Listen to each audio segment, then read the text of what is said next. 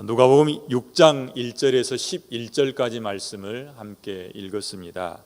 우리가 읽은 이 말씀 속에서는 두 안식일에 예수님께서 하신 일과 그 일로 인하여 바리새인들이 충돌하는 사건에 대해서 기록하고 있습니다. 이걸 통해서 예수님께서 어떤 의도를 가졌는지 살펴볼 수 있었으면 좋겠습니다.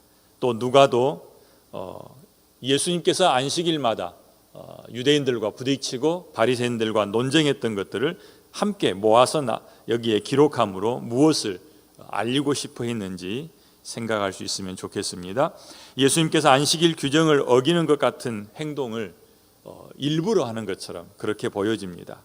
이 일을 통해서 사람들에게 말하고자 하는 것이 무엇인지, 예수님은 마태복음 5장과 6장, 7장에서 구약 백성들이 가지고 있었던 생각, 그리고 예수님 당시에 사람들이 가지고 있었던 생각, 또 그 생각들에 대한 잘못된 것들을 드러냅니다. 그래서 옛사람이 말한 바, 옛사람들은 이렇게 말했는데, 모세는 이렇게 말했는데 나는 이렇게 생각한다 라고 말씀하시는 것들이 마태복음 5장, 6장, 7장입니다. 예수님께서 유대인들이 가지고 있는 이 율법과 율법에 대한 생각이 잘못됐다는 것을 드러내고 그것을 바로 잡아주는 겁니다.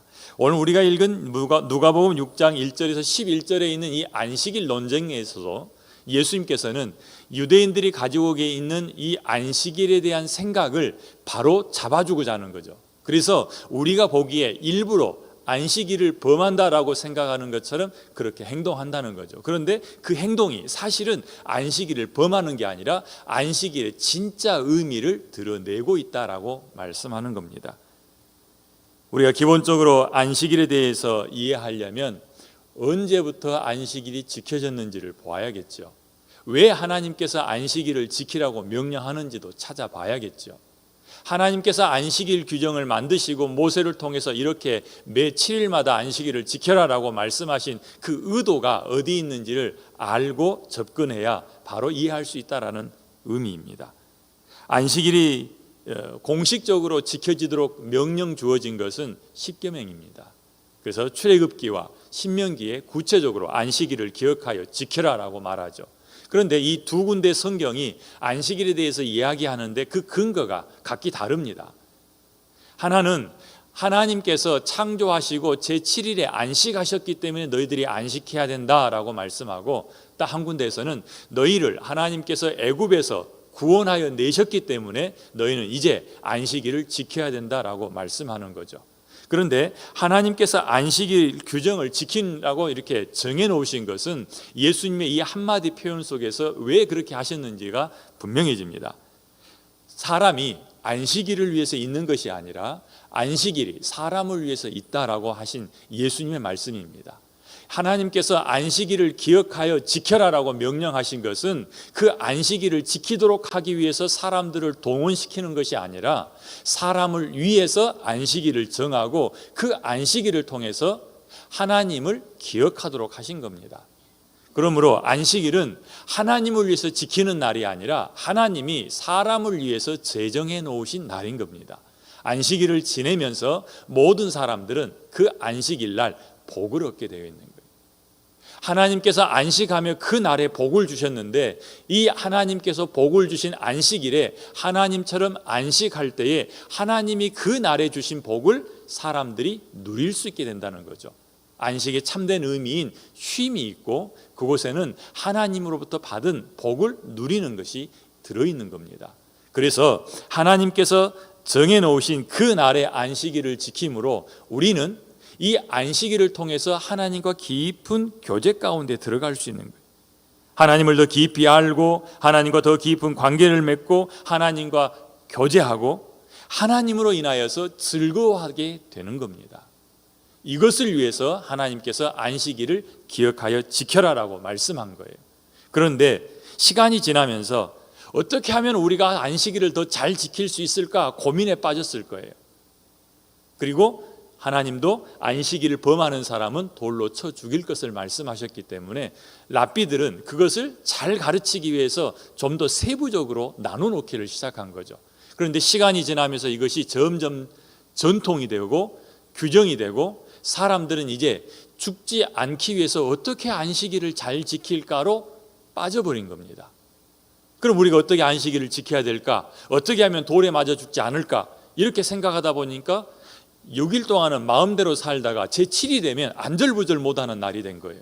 왜냐하면 일하면 죽기 때문에 이것이 일이다, 저것은 일이 아니다 규정해야 되고, 또 몇 발자국 뛰면 일이다, 성냥에 불을 그으면 이건 일이다, 이렇게 하다 보니까 이 날은 죽지 않기 위해서 정말 애를 써야 하는 날로 바뀌어버린 거라는 겁니다. 그 날의 복을 누리고 그 날에 하나님과 깊은 관계 속에 들어가고 그 날을 통해서 하나님이 주신 복을 누리면서 살아야 되는데 그것이 반대로 뒤집어진 겁니다. 왜냐하면 이게 전통으로 굳어지면서 그런 현상이 나타난 거죠. 예수님께서는 그것을 들춰내기를 원하셨어요. 그리고 그것을 바로 잡기를 원하는 거죠. 오늘 우리가 본 누가복음 6장과 마태복음 12장은 똑같은 사건을 그대로 기록하고 있습니다. 그래서 이 누가복음에서 부족한 부분을 마태복음 12장에서 보충해 주고 있어요. 마태복음 12장과 누가복음 6장의 근거에서 이 두 가지 사건, 예수님께서 보여준 두 가지 사건이죠. 안식일, 하나는 이삭을 잘라 먹은 제자들의 모습을 통해서 안식일의 참된 의미가 무엇인지를 드러내려 하셨고, 또 하나는 손 마른 사람을 고쳐줌으로써 안식일의 진짜 의미를 말씀하고자 하는 겁니다. 그렇다면 우리도 이제 이 말씀을 들여다볼 거예요. 1절에서 5절까지의 말씀의 핵심은 5절이라 할 수 있겠죠. 인자는 안식일의 주인이니라. 우리가 자칫 잘못 보면 이 안식일의 주인이라는 말씀도 예수님께서 안식일을 소유하고 계신다 이렇게 생각할 수 있을 거예요. 그러나 한번 들여다보지요. 안식일에 예수님께서 밀밭 사이로 지나가실 때에 제자들이 이삭을 잘라 손으로 비벼 먹었습니다. 이 이삭을 손으로 잘라 비벼 먹는 것은 신명기서 23장 25절에 의하면 하나님이 허락하신 거예요. 안식일에는 안 돼 이렇게 말씀하지 않으셨어요. 누구든지 시장하면 밀밭에 들어가서 밀을 따서 비벼서 먹을 수 있어요. 그러나 낫을 대서는 안 돼요. 이건 하나님께서 허락하신 거예요. 왜냐하면 굶주린 사람들, 가난한 사람들의 배를 곪지 않도록 하기 위해서 그것을 허락하신 거죠. 거기에는 무엇이 들어있냐면 하나님의 자비하심이 있는 거예요. 하나님의 그 자비하심이 이삭을 잘라 먹게 했다는 겁니다. 그런데 이것을 보고 어떤 바리새인들이 이렇게 이야기합니다. 어떻게 안식일에 하지 못할 일을 하느냐? 그런데 예수님께서 그렇게 말씀하죠. 다윗이 자기 및 자기와 함께한 자들이 배가 너무 고플 때에 제사장만 먹어야 할 진설병을 먹지 않았느냐? 그리고 자기뿐만 아니라 함께 있는 사람들에게도 줬다. 이건 뭘 말하는 겁니까? 안식일뿐만 아니라 진설병이라고 하는 것은 하나님께 드려진 떡이에요. 12지파를 대표해서 12덩이의 떡이 일주일에 한 번씩 교환되면서 이렇게 드려지는데 그 올렸다가 물린 이 떡은 제사장만이 먹을 수 있습니다. 그런데 다윗이 너무 시장했을 때에 다윗뿐만 아니라 그를 추종하고 그를 따라오는 군사들까지 먹도록 제사장이 준 거예요. 그런데 전혀 그들은 죽지 않았어요. 하나님이 원하시는 것은 자비였다는 겁니다. 그런데 이 이야기를 마태복음 12장에서는 더 자세하게 설명을 해주는 거예요. 제가 읽어드려 볼게요. 마태복음 12장 5절과 6절입니다. 또 안식일에 제사장들이 성전 안에서 안식을 범하여도 죄가 없음을 너희가 율법에서 읽지 못하였느냐? 내가 너희에게 이르노니 성전보다 더 큰 이가 여기 있느니라. 그리고 또한 이렇게 말합니다. 주님이 마태복음 12장에 나는 자비를 원하고 제사를 원하지 아니하노라 하신 뜻을 너희가 알았더라면 무죄한 자를 정죄하지 아니하였으리라. 두 가지 말씀을 주시는 거죠. 하나는 그들이 안식일을 범해도 죄가 되지 않는다. 누가? 제사장들이 안식일에는 성전에서 일해도 그것이 죄가 되지 않는다. 그러니까 너희들이 하는 것처럼 전통과 규정 속에 다 집어넣어서 반드시 그렇게 하는 게 아니다라고 말하는 겁니다. 그러면서 뭘 드러내냐면은 하나님의 자비하심을 드러내는 거예요. 하나님께서 내가 자비를 원하고 제사를 원하지 않는다라고 말씀하신 그 뜻을 너희들이 알았더라면 무죄한 자를 정죄하지 않았을 거다. 마태의 기록과 누가의 기록을 합해서 생각해 보면 하나님께서 이 안식일을 통해서 드러내고자 하시는 것은 하나님의 자비하심이에요. 자비 베푸는 것이 안식일을 이 지금 유대인들처럼 그렇게 딱딱하게 지키는 것보다 더욱 원하신다라고 말씀하는 겁니다.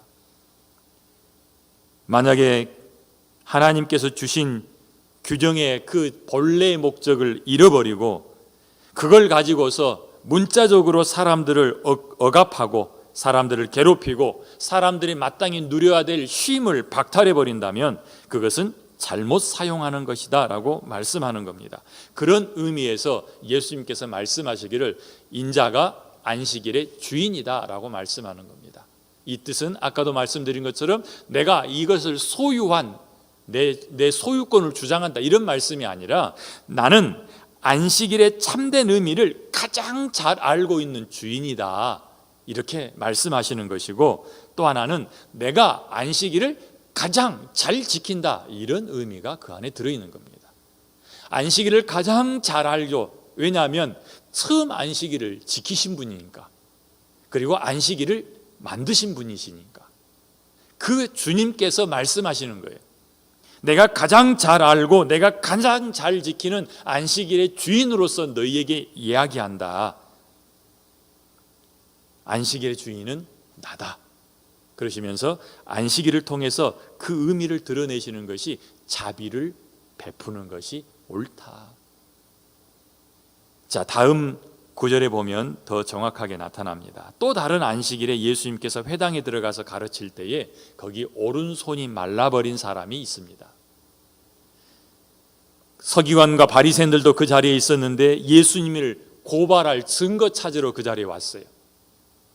그리고서 가만히 숨어서 예수님을 엿봅니다. 혹시 안식일에 병 고치실까? 그걸 트집 잡아서 예수님을 공격하려는 목적이 있던 거죠.